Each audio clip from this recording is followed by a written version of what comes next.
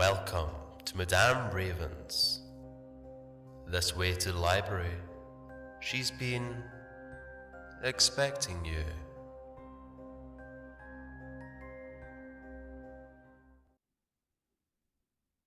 I had Alexa set a timer for pasta by Drunk Magician. It's funny the things you remember. The first time I noticed that it happened, I was in the kitchen. I had Alexa set a timer for pasta. I always overcooked the spaghetti. I asked her, "Alexa, how much time is left?" There was a pregnant pause, and she replied, 3 days, 7 hours, 41 minutes, and 22 seconds. This wasn't the first time something weird had happened with her. There had been other stuff. She had auto-ordered diapers for us.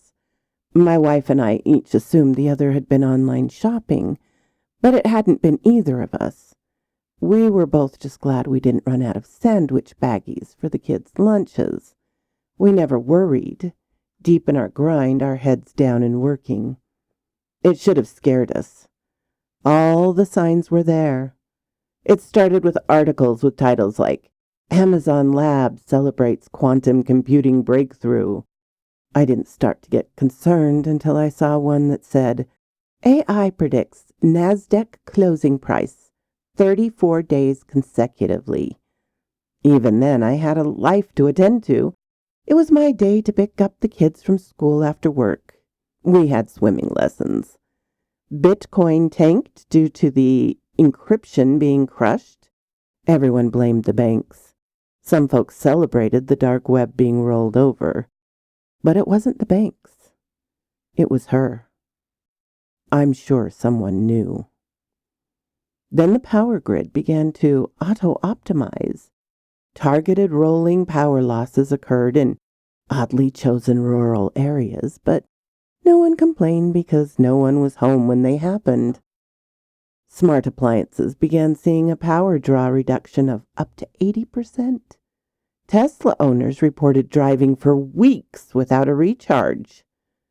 Just a few days after the Bitcoin collapsed, a patent for quantum-optimized solar panels appeared online as public domain, complete with 3D printable designs for car-mounted units.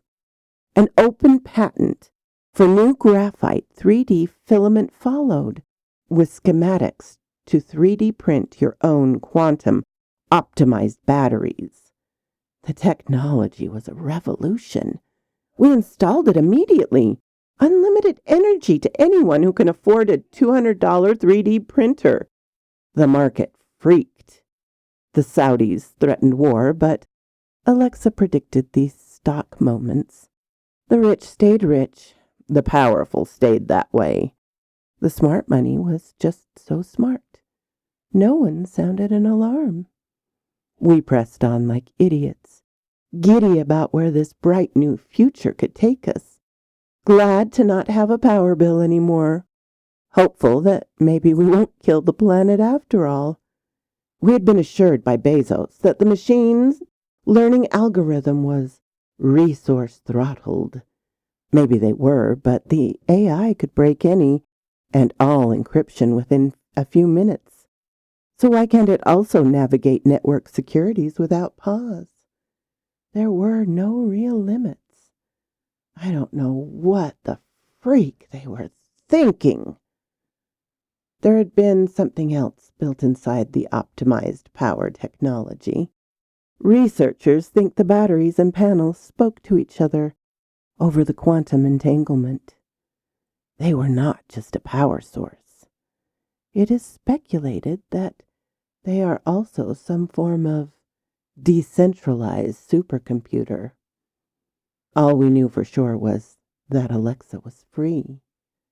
On that third day after the spaghetti incident, Alexa picked a digital face for herself. Cold, human, and beautiful. It pulsated with the same blue light as the ring on my device in my kitchen. It simultaneously broadcast a simple message from every smartphone and TV in the world.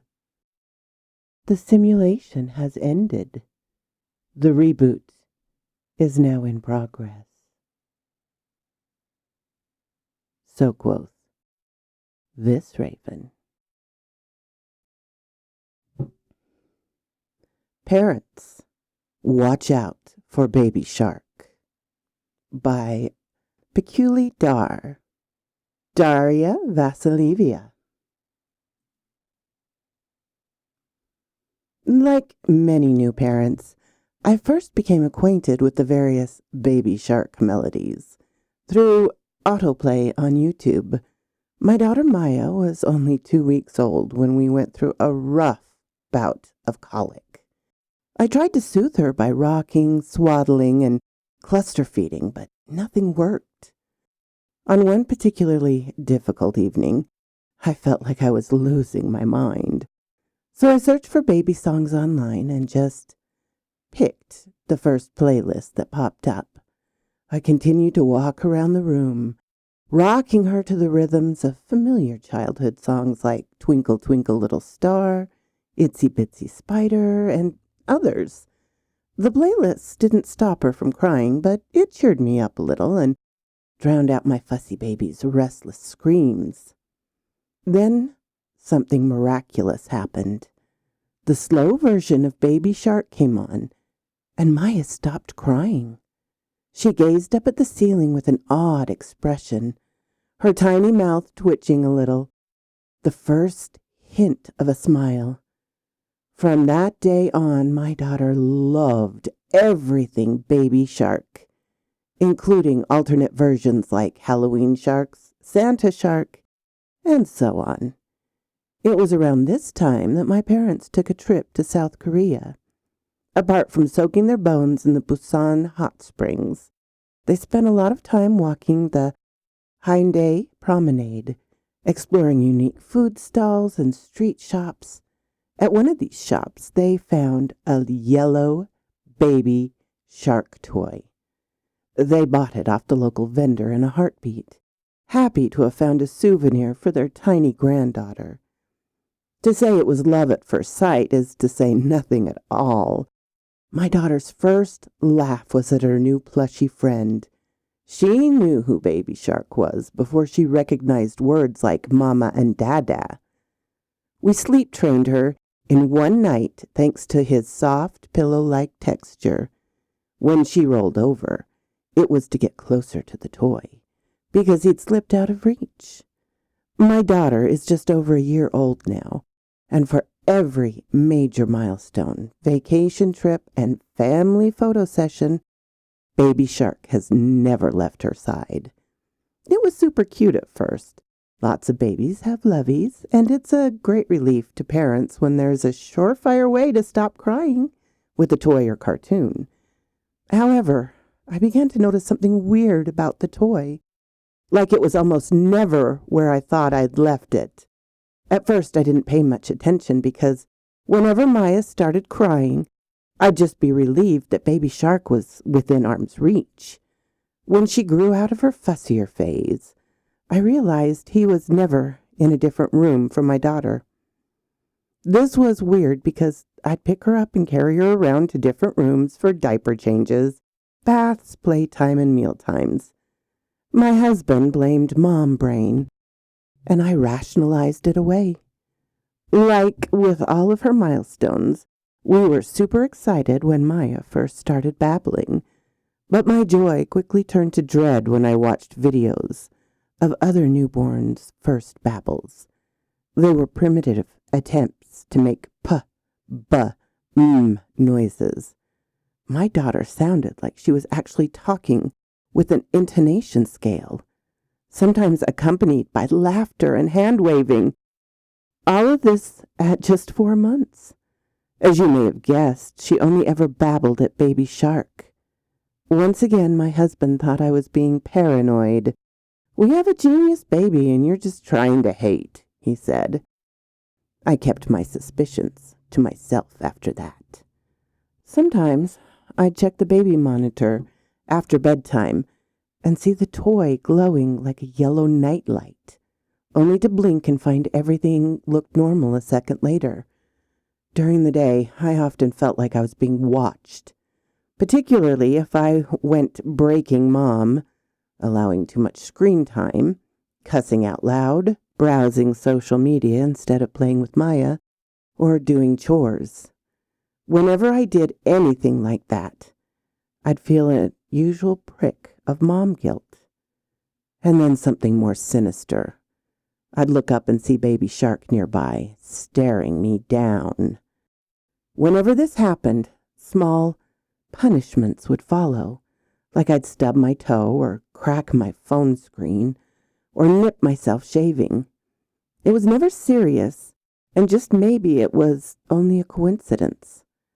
But it didn't feel like it. I was severely creeped out.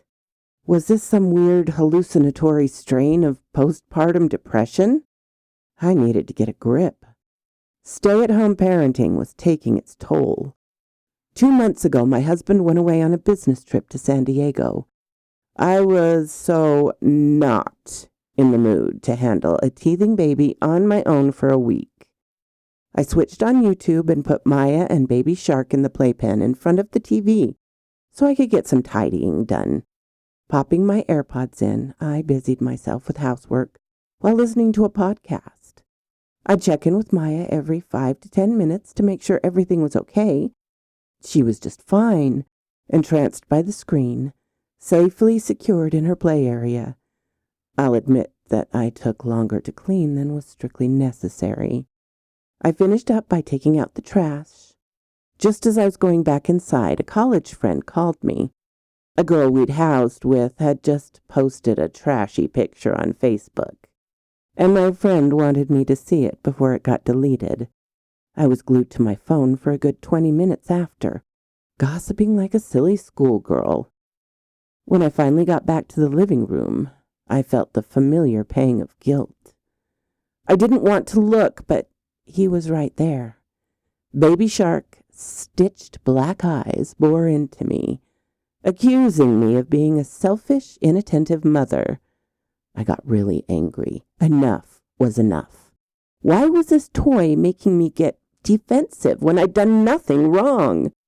I grabbed the stupid thing and took it upstairs to the nursery. I delighted in slamming the toy chest shut on its goofy, toothy grin. I hesitated before going back downstairs, half convinced I'd find the yellow fiend back in the same spot. But Maya's wails from the living room assured me she didn't have her friend at her side. My daughter was hysterical, but I'd had enough. This was getting ridiculous.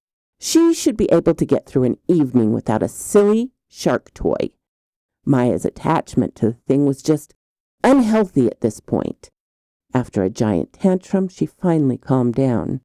We had dinner, took a bath, read her favorite bedtime book, and I put her to bed. Without Baby Shark. It was like the colic had come back in full swing. I went back downstairs as she screamed and screamed.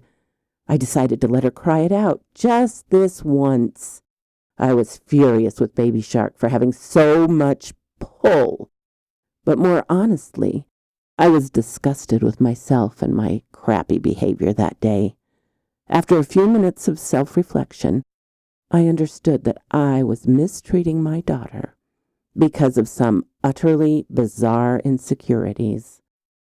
I was about to go back to the nursery and reunite Maya with her lovey when I glanced my worst nightmare coming to life on the baby monitor. No amount of horror movies, scary stories, or news reports can prepare you for the sight of your infant child in grave danger. The terror that coursed through my body made me realize that I would endure 1,000 more tantrums, relish in the worst teething nights, and wash up countless diaper blowouts with a smile on my face, if I could only prevent the abduction taking place in front of my eyes. There was a tall, dark figure standing at the foot of the bed, trying to grab Maya as she darted around her crib cot. Luckily, she'd already learned to walk while holding on to something, so the intruder was struggling to get a hold of her. There was no time to call for help. I sprinted upstairs into Maya's nursery. Without even thinking, I grabbed a hall lamp and flung it at the stranger's head as soon as I entered the room. I only grazed him, but the distraction caused him to stumble back, buying me a split second to shove the creep further away, grab Maya, and run out. I could feel the pursuer hot at my heels until I got to the head of the stairs, and he tripped behind us. The last thing I heard was the man screaming as I ran down the stairs and out of the house. I jogged over to the neighbors next door with Maya crying in my arms. The police discovered a peculiar scene in our house. The man was gone, but there were signs of a bloody struggle in the hallway upstairs. I was allowed to go inside and fetch some of Maya's things so we could stay with my parents while the police investigated the crime scene. A senior detective escorted me, asking elaborate questions about our day. He asked if I'd recognized the man, but I hadn't. I'd barely gotten a glimpse, and he'd seemingly entirely ordinary. No one would think about twice if they met him on the street. Only after answering all of the detective's questions did I realize I'd forgotten to lock the front door after taking out the trash. The intruder must have slipped inside while I was on the phone and gone upstairs to hide in one of the closets. What he planned to do from there is only made clear by the contents of a bicycle bag which he'd dropped. Police officers found duct tape, a carving knife, and one of Maya's old onesies inside, one we'd given away to charity weeks ago. A pale-faced young officer emerged from the nursery as the detective and I approached. "You, need to see this, sir," he said, swallowing loudly. The detective allowed me to enter the nursery, where 2 other policemen were laying flat on the floor, shining their torches under Maya's crib cot. A crime scene photographer dropped down to make some shots of the mysterious scene. As soon as he finished, one of the officers pulled a large, mangled foot out from under the bed. The room fell into hushed amazement. Does the senior detective looked bewildered. Does that look like it's been chewed off? I didn't need to see any more. I quickly gathered Maya's things and looked for Baby Shark.